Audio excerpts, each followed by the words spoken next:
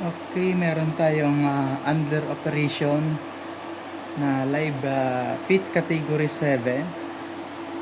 Iisa yung may-ari nito, yung unang ginawa natin. Issue naman ito ng category 7 ay channel 2 ay sumabog. Bago natin i-run, check muna natin yung stepper kung working. Ito na siya, tingnan natin. Okay, second, third. Okay, goods.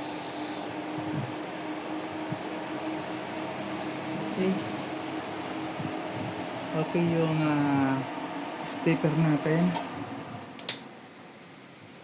Bali, check na lang natin. Okay.